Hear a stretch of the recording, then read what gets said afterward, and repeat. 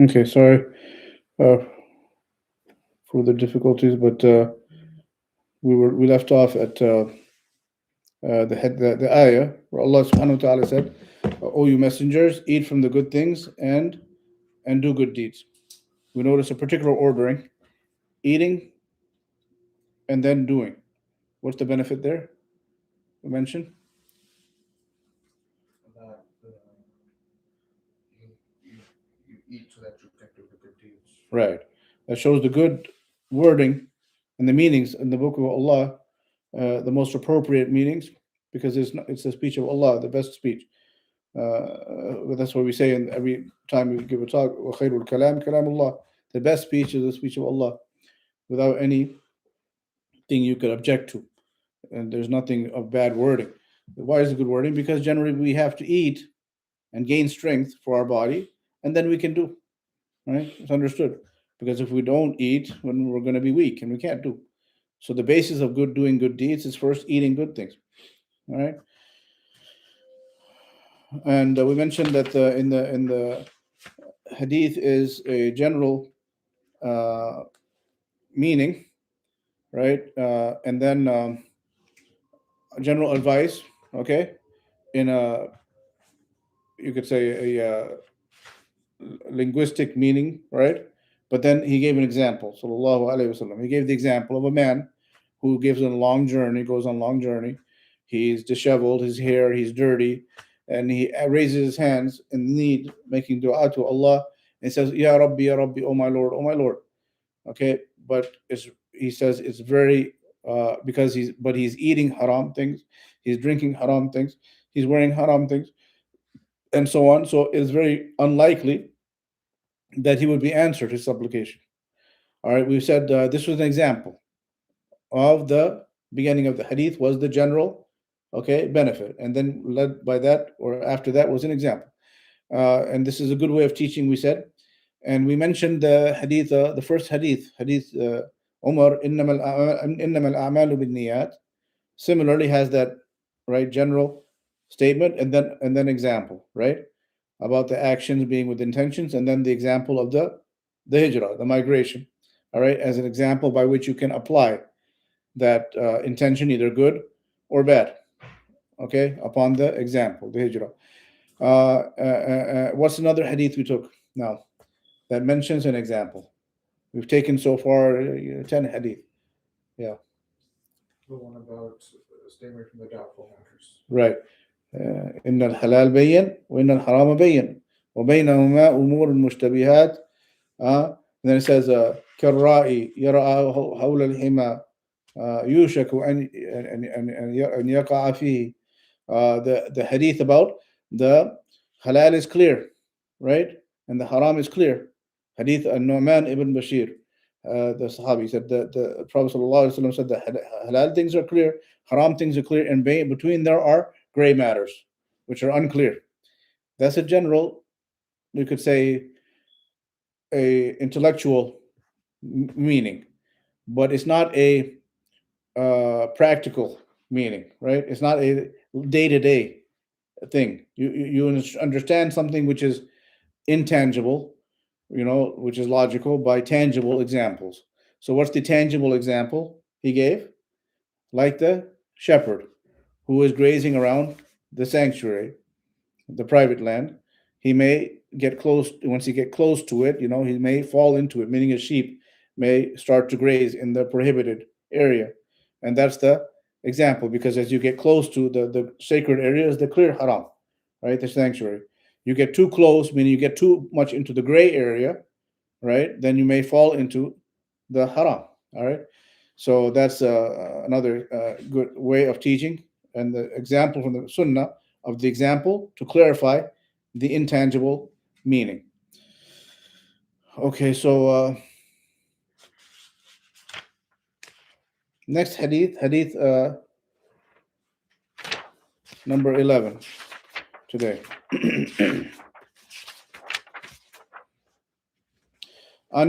عن أبي محمد الحسن ابن علي ابن أبي طالب سبط رسول الله صلى الله عليه وعلى آله وسلم وريحانته رضي الله عنهما قال حفظت عن ومن رسول الله صلى الله عليه وسلم دع ما يريبك إلى ما لا يريبك. رواه الترمذي والنسائي وقال الترمذي حديث حسن صحيح. So this next hadith reported by Abu Muhammad al-Hasan ibn Ali ibn Abi Talib, who is the grandson, of the Messenger of Allah sallallahu alayhi wasallam, who is al-Hasan. Al-Hasan, Abu Muhammad was his kunya, his nickname Abu Muhammad. He had like a son named Muhammad. That's usually the case. Al-Hasan ibn Ali, the son of Ali, the son of Abi Talib. Okay, so of course Ali radiallahu anh married Fatima radiallahu anha, who is the daughter of the Messenger sallallahu alayhi wasallam. So he is the grandson from the daughter, because a person may have a grandson from a son, his son's son, or he may have his daughter's son, right? Daughter's son in this case is called in the Arabic language sibt. Okay, sibt. That's the, as far as the from this, if he had a son, right, and then his son had a daughter, I'm sorry, had a son, grandson from the son, it would be called hafid, different word, hafid. Okay, so that's why there's a difference between if it's your daughter's son or it's your son's son, different word in the Arabic language. Okay, and he also says he's rayhanatihi. Rayhana is a flower. Rayhana, so he said that Hassan was the flower of the Messenger. Okay, this is a praise. Okay, because this flower is a very nice smelling flower. It's a type of flower. It's a very nice smelling, and it's very pleasant. Okay, so this is a description of this Hassan, this grandson of the Messenger, that he had this characteristic. He was very nice smelling. When you make a comparison to a flower, you mean he's nice, and good and pleasant. Okay, and it comes another narration about this grandson of the Messenger sallallahu alaihi wasallam, Hassan, that the Prophet sallallahu alaihi wasallam said, "Inna ibni hadha sayyid." When he was very young, he was a small child. He said, "Inna ibni hadha sayyid, wa sayuslihu Allahu bihi bayna fi'ataini min al-muslimin." This hadith is in Al-Bukhari. That the Messenger sallallahu alaihi wasallam said about Al-Hasan, the narrator of this hadith, that indeed this son of mine, this offspring of mine, is a leader. He's a leader of people.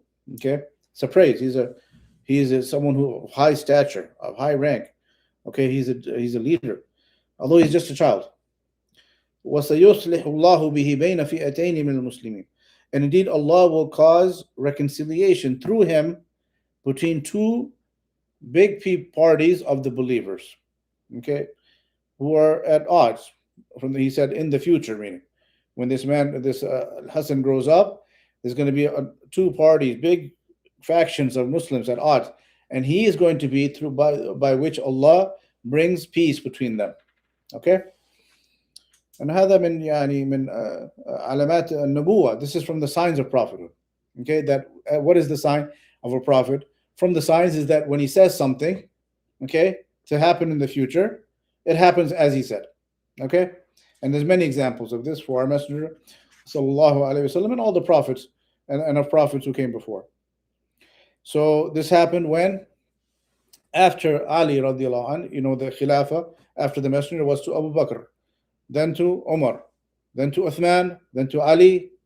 Okay, and then after Ali radiallahu anh died, or at the time of Ali radiallahu anh, we know there was a conflict, right? There was a misunderstanding, a disagreement, okay, that happened, qadarullah, between Ali and Muawiyah radiallahu anhuma. May Allah be pleased with them both. But the Khilafah was to Ali. He was the rightful leader, all right? But then he died. Okay, Ali radiallahu anhu died. Then the Khilafah came to who? His son, Al-Hasan, because Hussein was killed, right? Hussein was killed. So it came to his other son, who is Hassan, this man. And Hassan, when he got the Khilafah, what did he do? Who remembers? What did he do? He became the leader of the believers. Muawiyah is still there, okay, who was at odds with his father, Ali. So what did Hassan do? He gave up his leadership, the Khilafah. He gave it up to none other than Muawiyah, who was the one who was having conflict with his father Ali. Okay, to bring peace, to resolve the hard feelings that had happened. Although the hard feelings were because of the Khawarij, right? The Khawarij, the deviants, the revolters, the killers of Uthman, they created this conflict by spreading, uh, this conflict. Because what happened is, uh, when they were about to reach peace in the beginning of the conflict, they were about to resolve the matter. Muawiyah and Ali, the Khawarij said, "We're going to be caught," because they were hiding behind Ali, right? Because they were not known exactly, who they were, the ones who what killed Uthman. So Muawiyah said, "We need to get the killers of Uthman," right? That's what Muawiyah wanted. He didn't want anything. He didn't want to have anything against Ali. No, he just said, "Right now, let's get the killers of Uthman." Ali said, "Let's stay. Things are not stable right now. Let's get things stable, and don't worry, I will find these killers." Okay, they didn't disagree.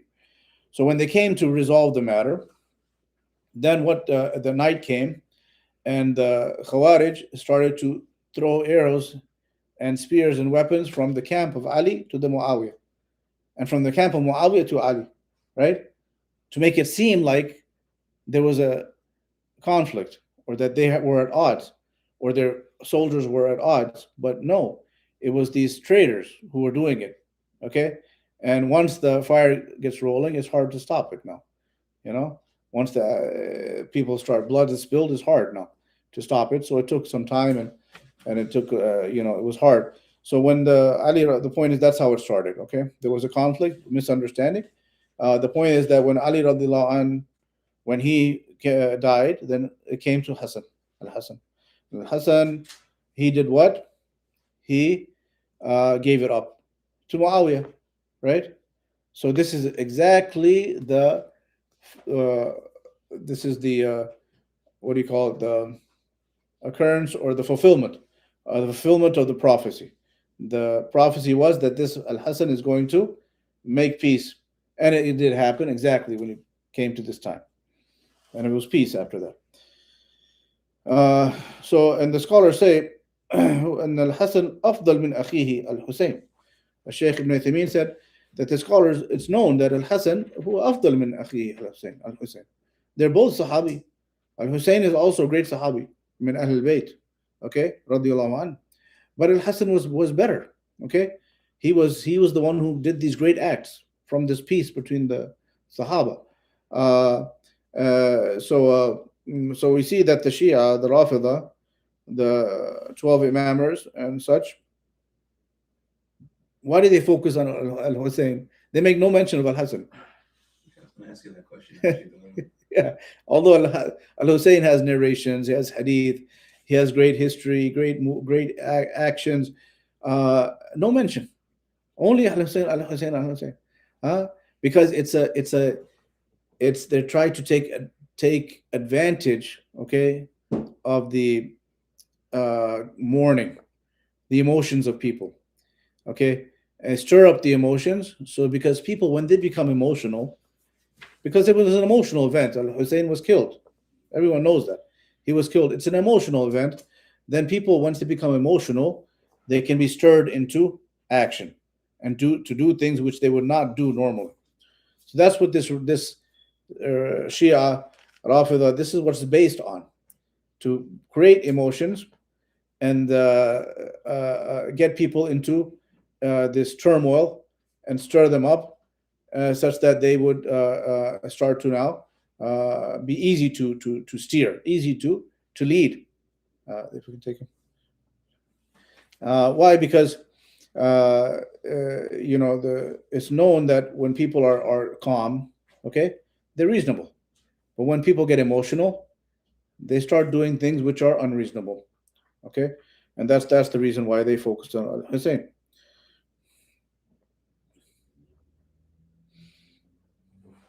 Okay, and we know that anyways, mourning is fine at the time of the event, right? It's you think about mourning, you mourn at the time of the event, and something it's sad, it's it's something which is a mar on our history. A great man was killed, but we don't come to you know, do such actions as self-beating and mutilation and or these things. This is very illogical. It has no benefit, right? What are we supposed to? What is a reasonable, sensible person when there's a calamity? If you just follow the book of Allah, they claim they follow the book of Allah, right? Sunnis say we follow the book of Allah. Shia say they follow. Okay, they claim. Okay, although some are liars, that they follow the book of Allah. What does Allah tell us to do at the time of calamity? It's time of a torrent.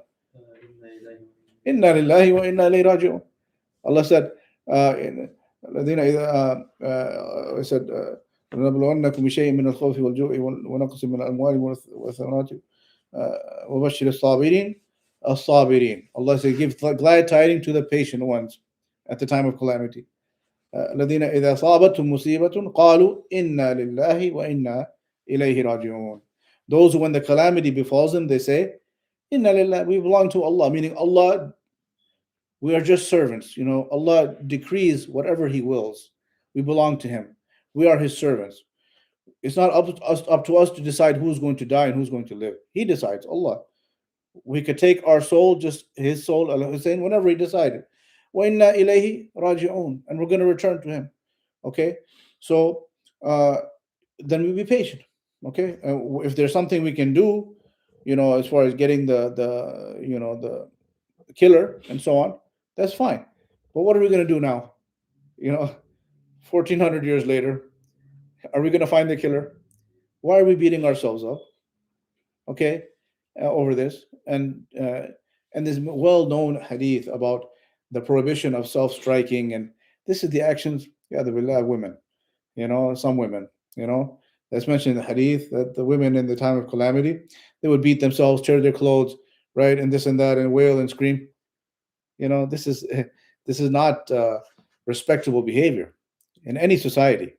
It goes clearly against the book of Allah. So it's just it's not really it's more of a cult activity, cultish. It's not really reasonable, let alone be religious activity. We say rahimahullah. Okay, we say may Allah, he who is shaheed, inshallah, Allah, that he is a person who was killed unjustly, and we ask Allah to have mercy upon him and be pleased with him, because he's a great Sahabi, and we love him as Ahlul Bayt, as all Ahlul Bayt, we love them. Okay, so anyways, that after that, the hadith here, Al-Hasan reported, قال حفظت من رسول الله صلى الله عليه وعلى آله وسلم دع ما يريبك إلى ما لا يريبك. That the Messenger صلى الله عليه وسلم said, leave off that which brings you doubt or concern to that which does not bring you doubt or concern. Okay?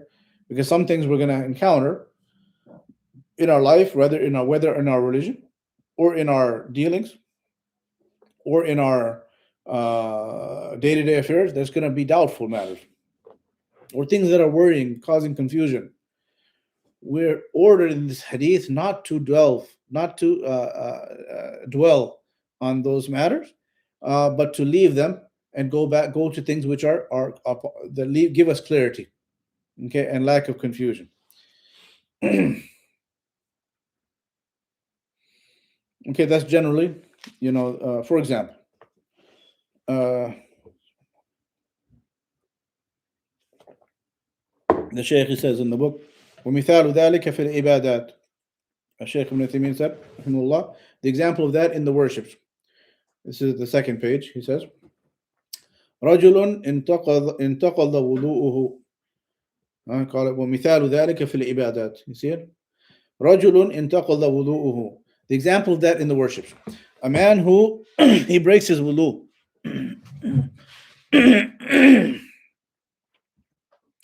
ثم صلى.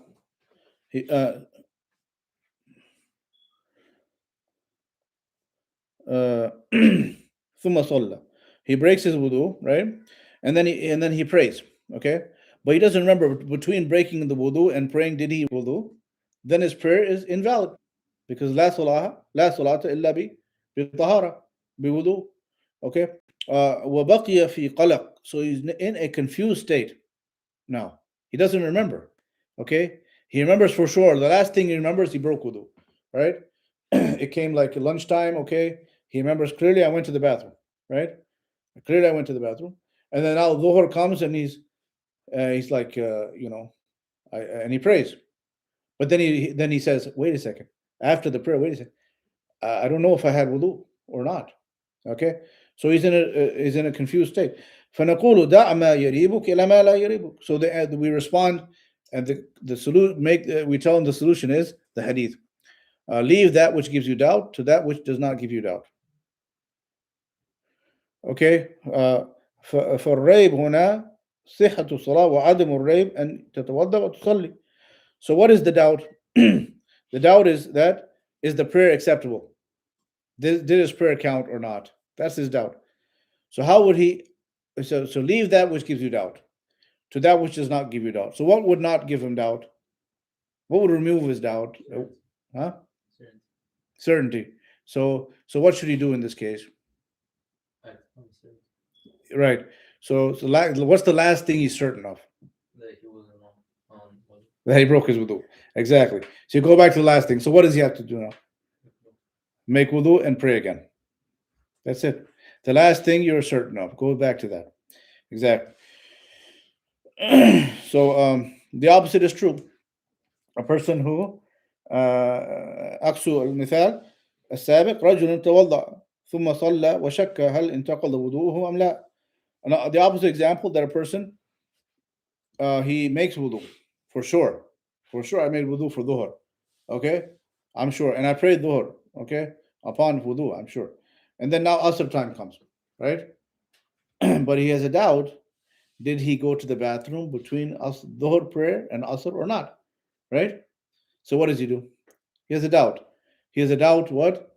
Can he pray now? Upon his what he remembers that he made wudu, but he's not sure. Did I break it or not? So what should he do? Pray. Because the thing is, the yaqeen he's sure about is that the last thing he's sure about, he made wudu, right? And he's not sure if he broke it. So he doesn't دَعْ مَا يَرِيبُكَ. He forgets about the doubt, right? He said, leave that doubt, okay? And go back to it, al-yaqeen, all right? And there's a principle, the scholars say, مَا ثَبَتَ بِالْيَقِين لا يزال أو لا يزول بالشك. Okay? Whatever ما ثبت باليقين لا يزول إلا باليقين. They say that which has been established with certainty, it cannot be removed except with certainty. Okay? That's the principle that sums up these examples. So the case of the person made wudu for sure, and then he prayed, and then he's doubtful, did he break it or not? So he made wudu. That's established, right? ما ثبت باليقين, that which is established with certainty. يعني لا يزول إلا باليقين. Then we cannot move from that certainty except with another certainty, and he doesn't have that here, so he just stays on that certainty. Okay. If he's certain he broke his wudu, then he moves from that certainty of wudu to the new certainty, right? Which is that he does not have wudu. Okay. Likewise, the Shaykh said another example, and there's many such examples. He said for rida, in terms of breastfeeding, okay, when you have a nursing maid or mother, okay, or nursing maid, yeah, because we know there's a ruling when a woman breastfeeds a child, that child becomes then she becomes the mother by breastfeeding. Okay, she becomes a mother, not the lineal by lineage, by blood, but by breastfeeding. Okay, so she becomes now haram for him to marry. If it was a son, if it was a boy, and she breastfed him, then he becomes mahram. He becomes the mahram, and she can be in privacy with him. She's like his mother. Okay, although she didn't bear him. So the example in Rida, قال الشيخ شك المرضعة هل أرضعت الطفل 5 مرات أم 4 مرات. So she's not sure the breastfeeding, because you have to have a certain number of breastfeeding sessions for this to translate into motherhood. So she's not sure. She breastfed the child 4 times or 5 times. Okay. نقول الذي لا ريب فيه الأربع.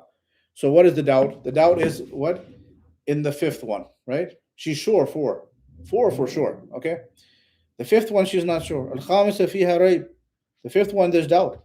فنقول دع الخامسة دع ما يريبك إلى ما لا يريبك. Leave that which gives you doubt to that which does not give you doubt. So what is the sure thing? 4. Okay. So leave off the fifth. Okay, because you're not sure. Don't count it. Meaning, leave it off, meaning don't count it. حينئذ لا يثبت حكم الرضاع, because you need 5 for it to translate, right? She's not sure about the fifth one, so it doesn't translate into motherhood ruling wise. So she has to breastfeed one more time, the fifth. All right, because that's doubtful.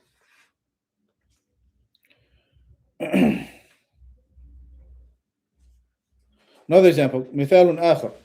رجل أصاب ثوبه نجاسة وغسلها وشك هل النجاسة زالت أم لا أم لم تزل، يغسله ثانية لأن زوالها الآن مشكوك فيه وعدم زوالها هو الأصل. Another example, that a person, his thobe gets some filth on it. Okay.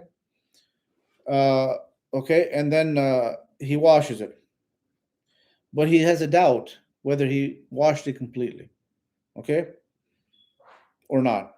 So what should he do? What should he do in this case? Because he has a doubt. What should he do? Wash it again. Okay, wash it again, because then he'll be sure. Because the last thing he's sure, there was najasa, right? There was for sure, but he's doubtful, did it come out or not? So to remove that doubt, he has to wash it again. Okay. The Sheikh said here, وقد تقدم أن هذا مقيد بما إذا لم يكن وسواسا. This is important understanding here. This, examples in this principle of doubts, how to deal with them, is with the condition that a person is not getting whispering, waswas, from shaitan. He's not having whispering. فإذا كان وسواسا فلا يلتفت إليه. Because if it is a matter of whispering and just delusional whisperings or from shaitan, then he does not pay any attention to it. This is not the doubt we're talking about. Okay, that's not a real doubt. This is just whispering. Okay. So وعدم الالتفات إلى الوسواس هو ترك لما يريبه إلى ما لا يريبه.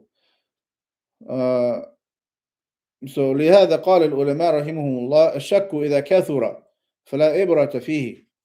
So how do we know it's waswas? Okay, this how do we know? Because someone could say it's a doubt. I'm not sure. The person makes wudu, right?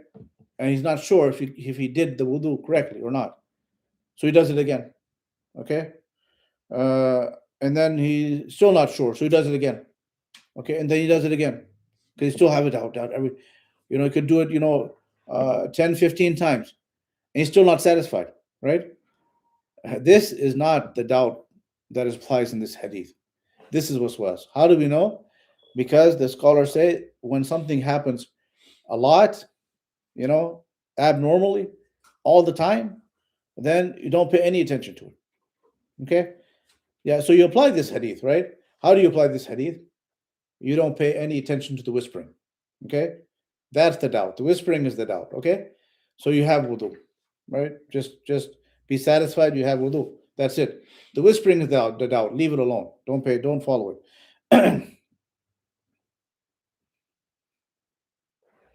Okay, so that's how we apply the hadith for the whispering. Is that clear? Okay. Of course, A'udhu billahi minash shaitanir rajim. This is just shaitan trying to prevent us from worship. He's our enemy. Okay, his goal is to keep us from worshiping Allah. That's what he swore to. So it's not unreasonable for this to happen to a person, right? Because that's the shaitan. He wants us to delay our worship. Okay, he wants us to not worship. He'll do everything he can. All right. So this is something we should expect that should happen to us or to someone else. All right. Now the Shaykh said from من فوائد هذا الحديث, he brings some benefits. أن الدين الإسلامي لا يريد من أبنائه أن يكونوا في شك ولا قلق بقوله دع ما يريبك إلى ما لا يريبك. He said that first he said the Shaykh said that the religion of Islam wants for its practitioners, for its followers, to be upon clarity. Okay, that's very important to worship upon clarity and not to be in doubts. Anxiety. What is anxiety? Anxiety is it comes from doubts. Person doesn't know what's the future. What's not future. Sorry, he doesn't. Yani, he's distressed about something. So what Islam comes with the cure for that. Be patient. Okay, return the matters to Allah. Know that Allah is in control. Believe in Tawheed. Okay, know that that Allah does everything for wisdom. Right. So when it comes to a calamity, what happens? People who don't have this faith, what happens? They become depressed. Right. They say, "Why me? Why me? If not, I had gone on this trip. This accident wouldn't have happened." Islam has the cure for this, right? This is a matter which is a person is in concern and worry and anxiety and depression. Islam does not want this for the people. No. So it tells by guidance, do not focus on the past. Okay, be patient. You can't change it. Allah decreed it. Qadr Allah ma sha fa'al, and so on, right? And do not say if this, if that, right? And then similarly in this guidance, okay, when it comes to anything, some doubt comes to us, we want it to go away because that's causing concern. So do what you can to remove it, okay, by taking action or not taking action, depending on the situation. Then the Sheikh said, now there's a principle. He said, a guidance when it comes to what is a doubt we pay attention to, okay. Forget about waswas. We're not talking to a person who gets a lot of whispering. We're talking about yani regular situation. The principle القاعدة الشك بعد الفراغ من الإبادة لا أثر له ولا يلتفت إليه. That the doubt that comes after you're done with the worship, okay, after you completed the worship, okay, it has no effect and you don't pay any attention to it. Okay, that's general guideline generally, right? Except if you're sure, right? For example, a person's prayed, okay, he's done with this prayer. He prayed Dhuhr, he's done. Now he has a doubt. Did I pray 3 or 4? Right? Did I pray 3 or 4? It's done. He's done with the worship, right? Here we say, don't pay attention to it, right? You prayed 4, okay, and be done with it. You don't have to go back and worry about it. This is a doubt. So what do? Da ma yuribu. This is a doubt. So leave it alone. Don't pay any attention to it. All right. Why? Because it happened after you're done with the worship. Unless, of course, you're sure, right? Somehow you think back and you say, and you're not a person who gets whispering, right? But you think back and say, yes, I only made one tashahhud. Okay, so, or sorry, you can say that I only read Fatiha 3 times. I remember now. Okay, then okay, now I have to make what? What do you have to do? You have to pray one more. Why? Because you're sure now, right? You're sure. But most of the time, it's the doubt that you don't pay attention to. Why? Because it's after you're done with the worship, right? As opposed to if you're in the prayer itself, right? It's more likely that's a real scenario, right? If you're in the prayer itself, it's more likely that you did some doubt comes to you that you did actually only pray 3, right? So you pray, make up one more, and make sujood sahu as prescribed because you're in the worship. Is that clear? Usually after the worship, it's not. So there's a poem about this. The classic poem. They said, "وَالشَّكُّ بَعْدَ الْفِعْلِ لَا يُؤَثِّرُ وَهَكَذَا إِذَا الشُّكُوكُ تَكْثُرُ." They say that a shak, the doubt, after the action has no impact. وَهَكَذَا إِذَا الشُّكُوكُ تَكْثُرُ. Likewise, if the doubts are plenty. Okay? So 2 reasons why you don't pay attention to a doubt. if it comes after you're done with the worship, and if you get them a lot all the time, meaning it's whispering. Okay? Either case, you don't pay attention. Okay? Okay, finally the Sheikh said, when the Nabi sallallahu alayhi wa sallam utiya jawami al-kalim. This hadith is a proof that the messenger was given the comprehensive wording. Look at this hadith. This hadith, the Sheikh said, it's two lines, even maybe one line. Da ma yuribuk ila ma la yuribuk. One line. Okay. So a few words. And he said that if a person wrote a volume, okay, it would not comprise of all the meanings that you gain from this word, this one line of statement. So this is also a sign of prophethood. Sign of prophethood was that this man was given, inspired by Allah, to speak such eloquence that he could encompass vast meanings in such few words. Okay, this is a classic example. And there's many such hadith. Okay, any questions on that hadith? We'll take one more because these two hadith today are very short. Any question?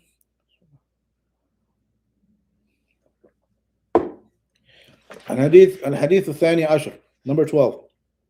عن أبي هريرة رضي الله عنه قال رسول الله صلى الله عليه وسلم من حسن إسلام المرء تركه ما لا يعني. حديث حسن ورواه الترمذي وغيره هكذا. The hadith of Abu Hurairah رضي الله عنه, that the Messenger صلى الله عليه وعلى آله وسلم said, from the good Islam of a person, from the goodness of a person's Islam, is that he leaves off that which does not concern him. Leave off that which does not concern him. Okay? So here we see that that Islam, okay, there's good Islam and there's not good Islam. Okay, min husni Islam al-mar, meaning a person could have good Islam or not good Islam, right? That's what we understand, because there's such a thing as good Islam.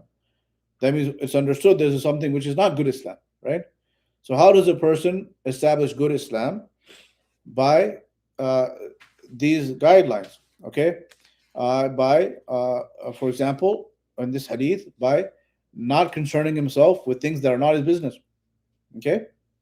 They say mind your own business, this is what will bring him up his Islam upon goodness, okay? This is the guideline. Similarly, like the hadith, من كان يؤمن بالله واليوم الآخر فليقل خيرا أو ليصمت. The hadith, another hadith, whoever believes in Allah in the last day, then let him say good or keep silent, right? Similar, a person who talks about things that are not his concern or talks in a way that is not beneficial, then he's getting into that things that don't concern him. This could be someone himself.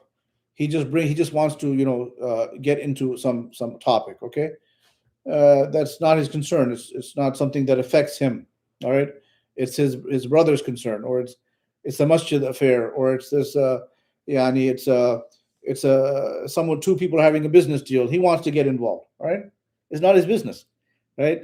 He's not bringing correction here. He just wants to give his input, give his 2 cents. He's not really trying to solve anything. He doesn't have the ability. Okay, this would apply. Likewise, this hadith would apply if someone comes to me, okay, and asks me about something that I have no knowledge about. All right, I have no impact upon this affair. It's not my business, and I start to go along and start to talk. This happens a lot, matters of governmental affairs, when it comes to matters like, you could say things when it comes to, like, for example, peace treaties between countries, okay, or countries have delegates go to this country or that country. They have business deals with this country or that country, right? A person gets involved and says, why is this country, why are they making a deal with that country? What do you mean? What are you talking about? You're like, involved in their meeting and they're going to care what you have to say, and the ins and outs and what's exchanging hands. And I said, no, this country is bad because it had a deal with that country. What do you mean? How do you know? What's the benefit The Prophet ﷺ had deals with Jews, had peace treaties with Jews. He dealt with Jews. You're gonna have this attitude with him too, you know, and say, no, why did he do that? You're gonna question him, you know. So likewise, why do we question why this ruler meets with that ruler? This is a matter. This is the type of. This is what they mean when the scholars say don't get into politics. This is what it means, right? Things that we have no idea of the reality of, right? We're not talking about things like when the scholars say that doesn't apply to things like clear violations. Okay, if there's a clear violation, for example, party stands up to revolt against the ruler. Okay, and there becomes another party faction that wants to topple the ruler. We don't say, "Oh, don't worry about it, it's politics." No, we don't say that, because this is a matter which is of the general security of the Muslims, and many hadith talk about this and mention these groups of Khawarij and such revolters. That is part of our religious texts. You know, when it goes against the foundation of our belief and our methodology to revolt. So we have to say this is wrong, right? We have to say this is wrong. This revolution is wrong because Allah said, the Messenger said, and so on, right? This is so you see the difference between the politics which we have no concern about, okay, and the politics that we do are concerned about, right? A person, for example, a ruler. We have a ruler in a country, and then we live in the country. Imagine, okay, and there's a person comes to try to overthrow this ruler, okay, and the original ruler says, as the hadith says, the narration says, he says, calls to jihad against this revolutionary people, and I'm just here on the sidelines, living in my house. What am I supposed to do? If you understand, if you listen to the people who say don't get involved in politics at all, then you say, I don't know. I'm just going to stay quiet. I'm not going to do anything, right? Don't get involved, right? And that's what some people say. Don't get involved. Well, the ruler is saying, this hadith says, when the ruler, or is I'm not sure if it's a hadith, but it's a scholar's explanation. When the ruler calls for jihad, okay, the rightful ruler, the original ruler, you have to obey him, right? You have to obey him. And Allah said, we mentioned the ayah, when طائفتان من المؤمنين اقتتلوا فأصلحوا بينهما فإن بغت إحداهما على الأخرى فقاتلوا التي تبغي حتى تفيء إلى أمر الله. Allah said in Surah Al-Hujurat, when you have people who are going against the ruler, right, unjustly, then you can't bring peace, then you have to fight that revolting sect, right? And until they come and fall under the rule of the ruler. So people who say don't get involved in politics, then you can't apply this ayah, right? This goes against the book of Allah, right? You understand? When you apply that general statement to a case of revolt. So this is how some people they talk in vague ways, right? They talk in a vague statement, a general statement, which doesn't bring any clarity, right? From the sign, as Ibn Qayyim and other scholars said, the sign of Ahl Sunnah wa tafsil wal wuduh. The sign of the Sunni is that he brings clarity. Okay, he doesn't leave things vague. He brings people to some solution, right? Some clear solution to their problem. But the people of innovation and the people of misguidance, they'll just bring a vague statement, throw a vague statement out there, right? And the people don't know what to do with that, right? It could mean this, it could mean that, right? No, he has to say what he means. Bring a solution. That's how all the scholars work. Okay, when there's a conflict, there's a situation, they bring something clear, because we need clarity. That's what the scholars are there for, to bring us some clarity, and so we can know what to do. Okay, but if a person just says, don't get involved in politics, okay, there's a revolution going on, you're not bringing any clarity here, right? This is not a good statement. So anyway, so that's an example, right? We said that what is our business and what is not our business. Now, Sheikh Abdul Muhsin Abbad, he mentioned here here a nice benefit. He said, when it comes to not being involved with that which is not our concern, he said, وإذا كان المرء لا يشتغل إلا بما يعنيه يوفقه الله للصواب. Because there's a benefit. You know what? It's not just that we're getting into a business or some affair that's not our business. Like I said, if my parents are doing something, all right, and it's not my business, right, to get involved in my parents' affairs. All right, not only am I harming them, right, but I'm harming myself, right? How am I harming myself? That, you see, we have limited, capacity to do things, right? We have limitations. We have certain energies, right? And if we apply that energy to something good, we benefit. But that energy and that time and that effort, if we apply it to something which is of not of concern to us, then we cannot apply it to the good thing, right? You cannot do both. We have limited 24 hours in the day. Either we use it of benefit or we use it of not benefit, right? So if we do something which is not beneficial, then we can't get that time back, right? To apply to the beneficial, right? So we're harming ourselves in that effect.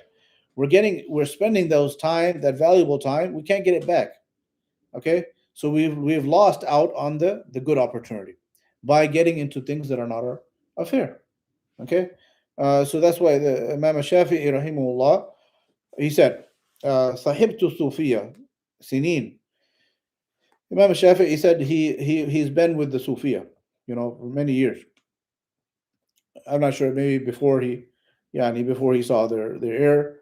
I'm not sure what he means, but he learned. He said, فَلَمْ أَسْتَفِدْ مِنْهُمْ إِلَّا الْوَقْتُ كَالسَّيْفِ إِن لَمْ تَقْطَعْهُ قَطَعَكَ. قال والنفس إن لم تشغلها بالحق شغلتك بالباطل. He said, although they're Sufiya, right? They're people of falsehood. We understand from Imam Shafi'i that just because people are falsehood, right, doesn't mean that everything they say is false. You understand? Because he said here, I benefited from them. Two things. So we have to see that the haqq has to be accepted, right? No matter who it comes from. This is an example. So it's wrong to say, some people say, oh, you can't learn anything from, you cannot accept anything from the kuffar. Okay? We don't do that in our lives, This is in our lives, we learn from their technology and their science and their this and that, we've learned, from them things. And likewise, the people of innovation, right? If they say something, Allah lets them the truth be upon their tongue. We cannot say, oh, this is not true, just because they said it. No, we don't go and learn from them, right? We don't say we're going to sit at your feet and take everything you have to offer. No, but if we happen to come across to us something you said, okay, and it's true, we can't say it's not true, right? We can't say that. We have to say this is true. Okay, this is fairness. This is justice. So likewise, Imam Shafi'i, he's from the great Imams, from the Salaf. This is what he's saying here. He's saying here, yes, there is some truth that they said, although they're Sufiya. What are the two things they said? They said al-waqtu kas-sayf. They said that the time is like the sword. If you don't cut it, it will cut you, literally. Meaning, time, you have to use it, right? If you don't use it, it's going to come and backfire on you. Okay, well, and the next one more applicable to the hadith. وَالنَّفْسُ إِن لَمْ تُشْغِلْهَا بِالْحَقِّ شَغَلَتْكَ بِالْبَاطِلِ. And your soul, if you don't busy it with good things, it will busy you with wrong things. That's what it means here. So we have energy, we have time, we have effort. If we have to busy this soul with worship, with dhikr, okay, with Quran, okay, and so even halal things, eating, drinking, whatever we need to do for our bodies. We need to, even exercise, Exercise is a good thing for our health, you know. To within limits, yani, without going too extreme. But particularly, we're talking about, praying, fasting, being good to the parents, and so on, learning Islam. If we don't busy our soul with these good efforts, what's going to happen? It's going to busy us away, right, with the bad things which are not from our concern, not of our concern. Okay, so you can't have both. Either you're busy with that which is your concern, or you're busy with that which is not your concern. You can't have both ways, right? If you're going to do get involved in things that don't concern you, then you won't be able to take care of your affairs. Okay, that's what I mean.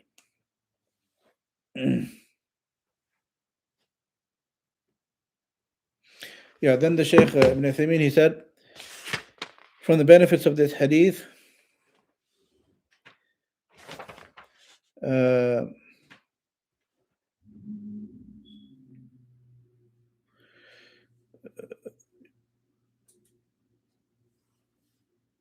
yeah. So like, also like a person, another example, like a person who is involved in backbiting, and ghiba, and talking about other people. His tongue is busy, right? So what's he gonna lack? He's gonna lack dhikr of Allah. You're not gonna find him remembering Allah, with his tongue. Okay, then finally he said, Shaykh Ibn Uthaymeen said, أنه ينبغي للإنسان. نعم, he said, هنا قد يرد إشكال. There might be some, a person may make a suggestion here. He said, وهو هل ترك العبد ما لا يعنيه يعني ترك الأمر بالمعروف والنهي عن المنكر.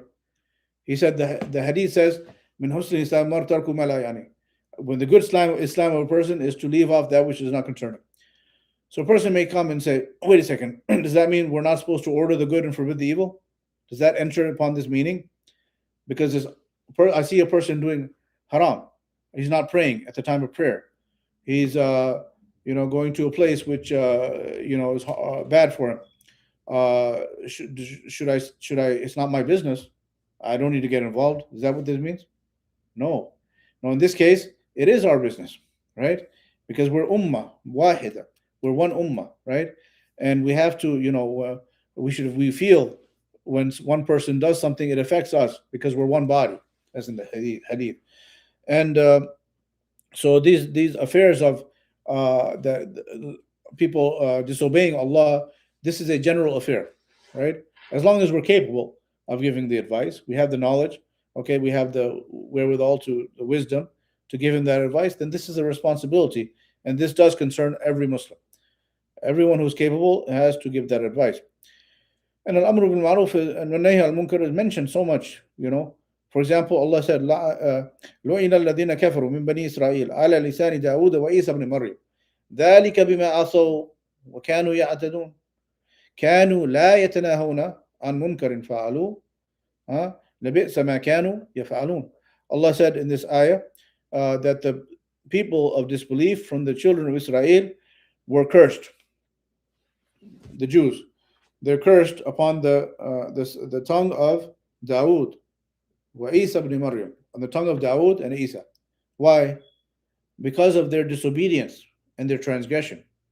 Specifically, they would not forbid others from evil. Okay?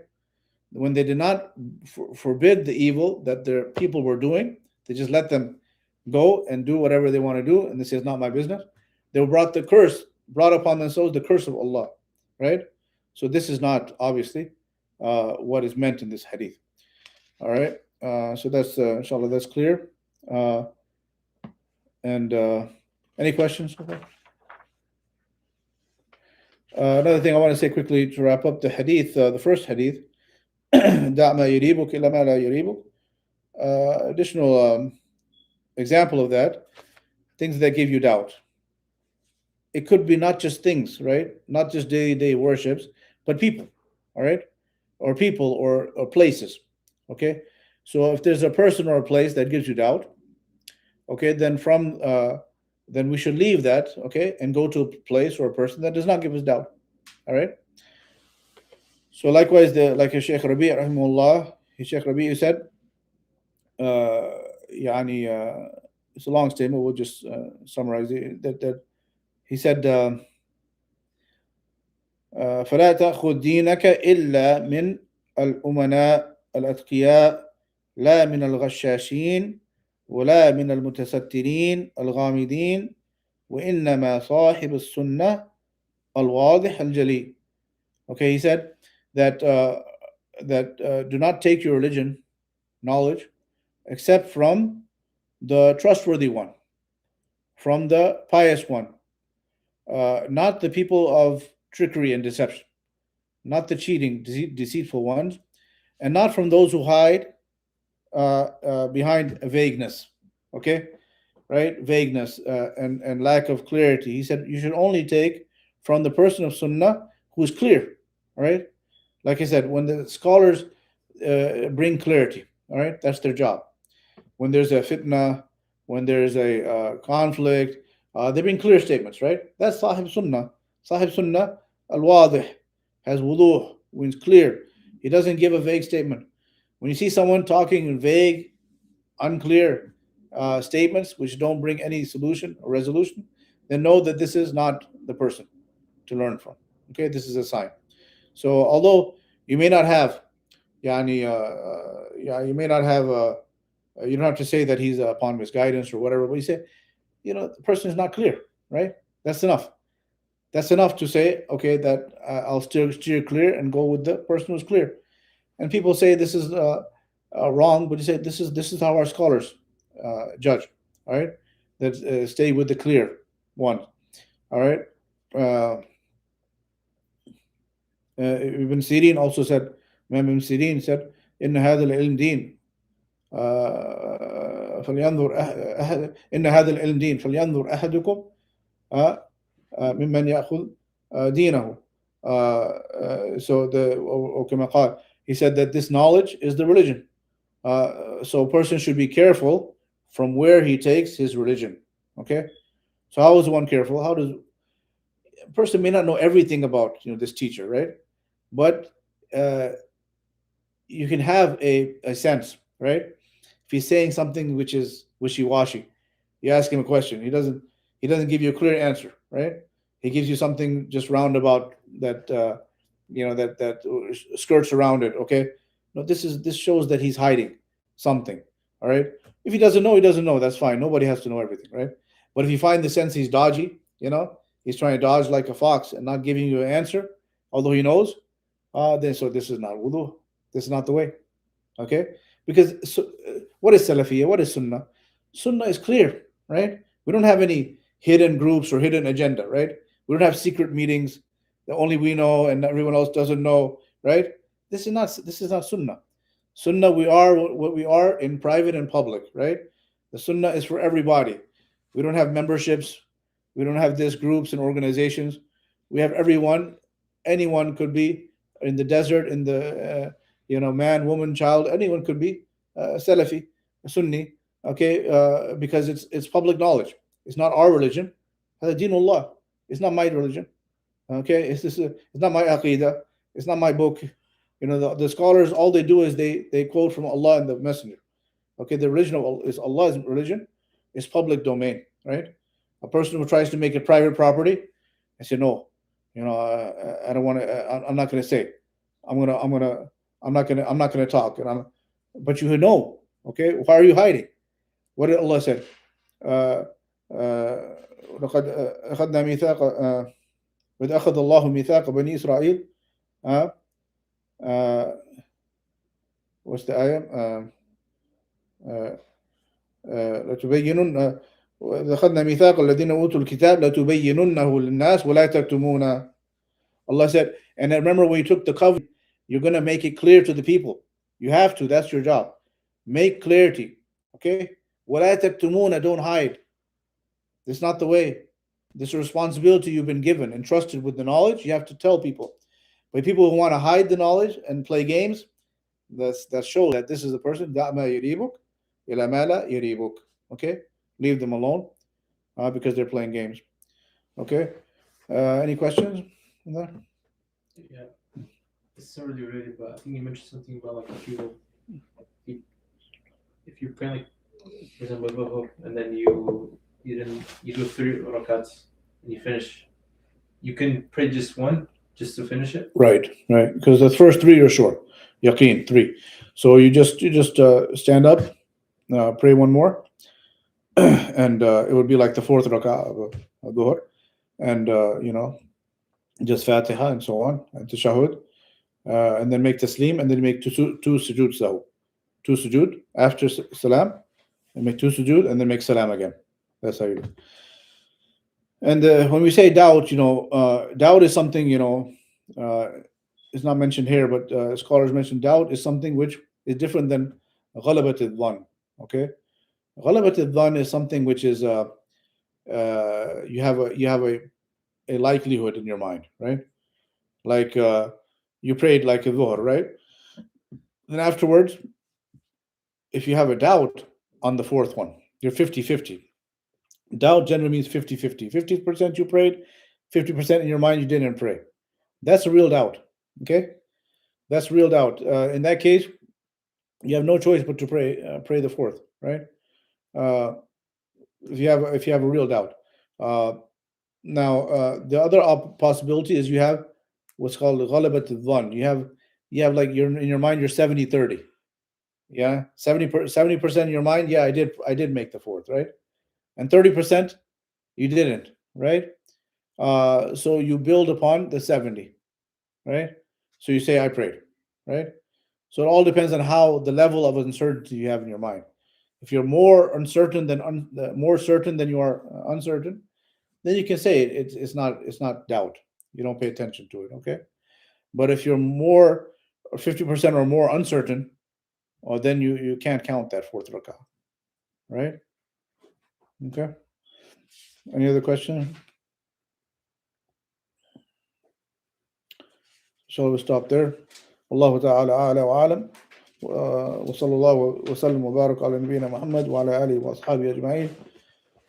وسبحانك اللهم وبحمدك أشهد أن لا إله إلا أنت أستغفرك وأتوب إليك. وعندنا الموعد غدا في درس كتاب التوحيد إن كان في الأمور بقية. And inshallah tomorrow we'll continue with كتاب التوحيد if Allah gives us life. وجزاكم الله خيرا أجمعين.